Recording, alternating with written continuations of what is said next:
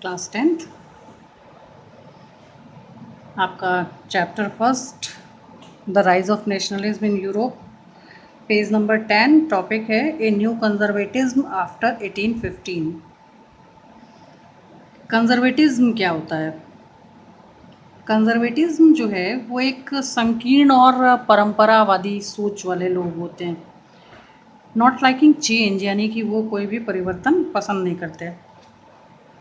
तो कंजर्वेटिज्म के लिए एक प्रॉपर डेफिनेशन भी इसी पेज पर दी हुई है, जो कि एक ब्राउन बॉक्स है जिसमें दिया हुआ है कि a political philosophy that stress the importance of tradition, established institution and customs and preferred gradual development of quick change. यानी कि ये एक राजनीतिक दार्शनिकवादी सोच है जो परंपरावादिता को महत्व देती है और वो बहुत शीघ्र कोई भी परिवर्तन जो है होना पसंद नहीं करते। हालांकि उन्हें संस्थानों में और संस्थानों के विकास पर तो विश्वास होता है, लेकिन वो बहुत शीघ्र ही कोई परिवर्तन पसंद नहीं करते।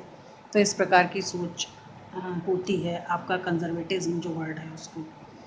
तो यहाँ पर पेज नंबर 10 पर फॉर्मली शुरू करते हैं। Following the defeat of Napoleon in 1815, यानी कि नेपोलियन बोनापार्ट जो थे, जो फ्रांस के सेनापति थे, उनका समय यहाँ पर समाप्त होता है और वो समय है 1815। अब उनकी पराजय हो चुकी होती है। European government were driven by a spirit of conservatism, लेकिन यूरोप के जो डिफरेंट पार्ट्स थे उनमें जो सरकारें थीं वे कंजर्वेटिव जो विचारधारा थी उससे प्रेरित थी। Conservatives believed that established, conservatives ऐसा विश्वास करते हैं कि traditional institutions of state and society, यानी कि वे ऐसा एक समाज स्थापित करना चाहते हैं जहाँ परंपरावादी संस्थाएं हों, जहाँ का समाज जो है वो परंपरावादी जो रीत रिवाजें हैं उन पर चलता हो। Like the monarchy, the church, social hierarchies, यानी कि जैसे कि मोनार्की यानी कि राजतंत्र पर आधारित हो शासन व्यवस्था, या फिर जो भी व्यवस्था हो वो चर्च के अधीन चलाई जाए, या फिर सामाजिक पदानुक्रम के आधार पर। यानी सोशल हायरार्चीज का मतलब होता है, इसकी हिंदी है कि सामाजिक पदानुक्रम के आधार पर, यानी कि जो एक ऊंच नीच वाला जो सिस्टम है उसको देखते हुए। तो सोशल हायरार्चीज जो है उसके लिए एक प्रॉपर डेफिनेशन है कि a system or organisation that has many level from lowest to highest, यानी कि एक ऐसा सिस्टम जहाँ पर लोएस्ट टू हाईएस्ट लेवल को प्रायोरिटी दी जाए। तो इस प्रकार के पदानुक्रम पर बेसिस हो। Property and the family should be preserve, तथा वहाँ पर उनके लिए विशेषाधिकार भी हों कि उनकी फैमिलीज़ और प्रॉपर्टीज़ को प्रिजर्व रखा जाए।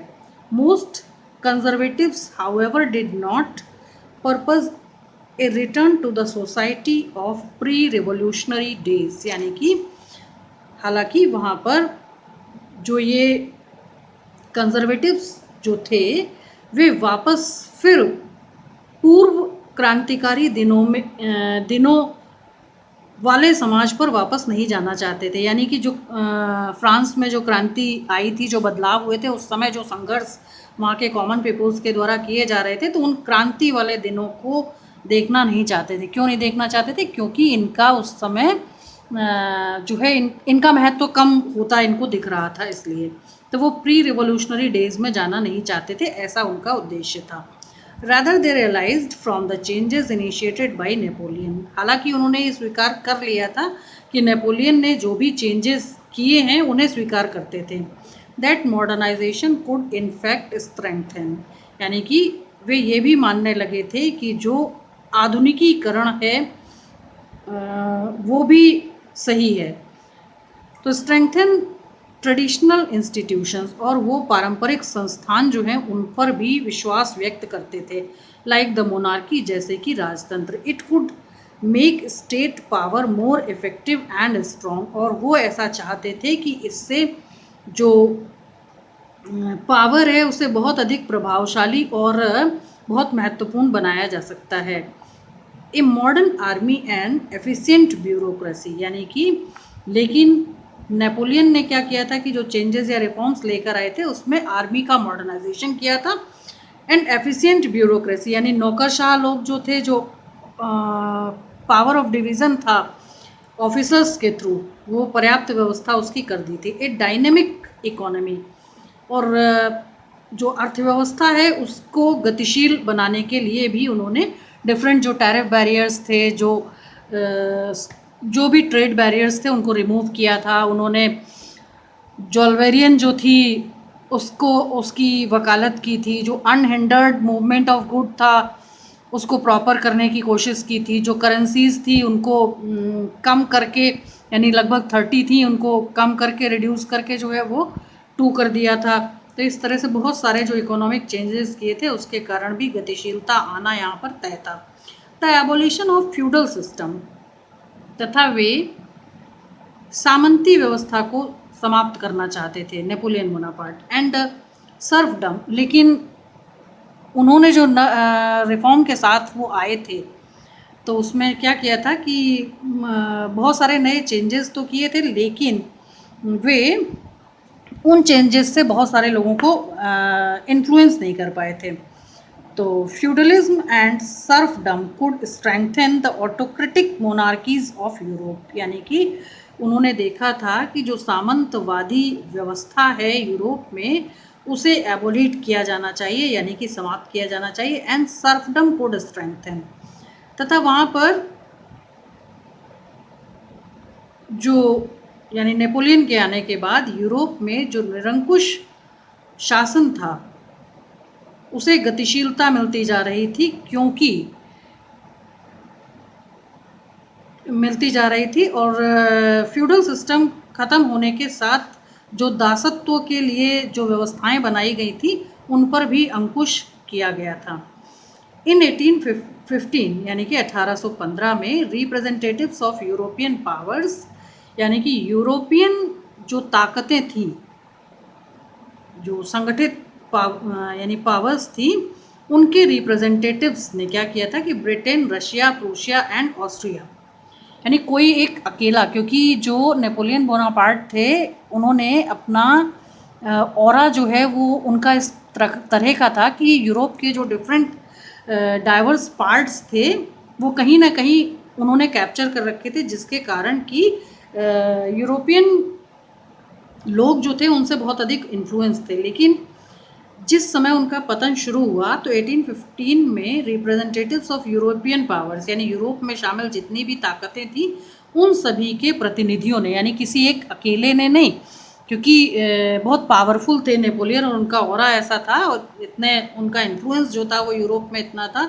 कि अकेले किसी ने उनको नहीं हराया था, बल्कि 4 जो ताकतें थी main, Britain, Russia, Prussia and Germany. Prussia तो जो था वो जर्मनी का पुराना नाम था। तो Britain, Russia, Prussia and Austria चारों ने मिलकर who had collectively defeated Napoleon, यानी उन चारों ने मिलकर क्या किया था कि सामूहिक रूप से नेपोलियन बोनापार्ट को पराजित किया था। मीट एट वियना, और उसके बाद वो वियना में मिले, यानी कि चारों जो ताकतें थी वो पुनः वियना में मिली to draw up a settlement for Europe, और वो अब यूरोप के लिए एक सेटलमेंट चाहते थे, यानी एक ऐसी व्यवस्था चाहते थे जहां शांति हो। The congress was hosted by the Austrian chancellor duke Metternich, और वियना कांग्रेस की स्थापना जिन्होंने की थी, जिनकी hosted by the Austrian chancellor duke Metternich, इनका नाम था ऑस्ट्रिया, यानी यूरोप का एक छोटा सा देश है ऑस्ट्रिया। ऑस्ट्रिया उसकी कैपिटल है वियना।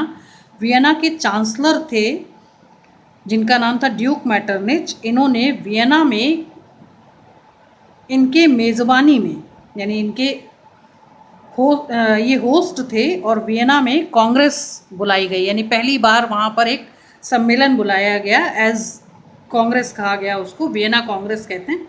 तो उन्होंने क्या किया कि नेपोलियन बोनापार्ट की पराजय के बाद जो ताकतें थी, क्योंकि सामूहिक रूप से उन्होंने हराया था, वो यूरोप के लिए एक यानी शांति के लिए एक मसौदा तैयार करना चाहते थे, और ये जो मसौदा था ये ऑस्ट्रियन चांसलर ड्यूक मैटरनिच के मेज़बानी में बना। द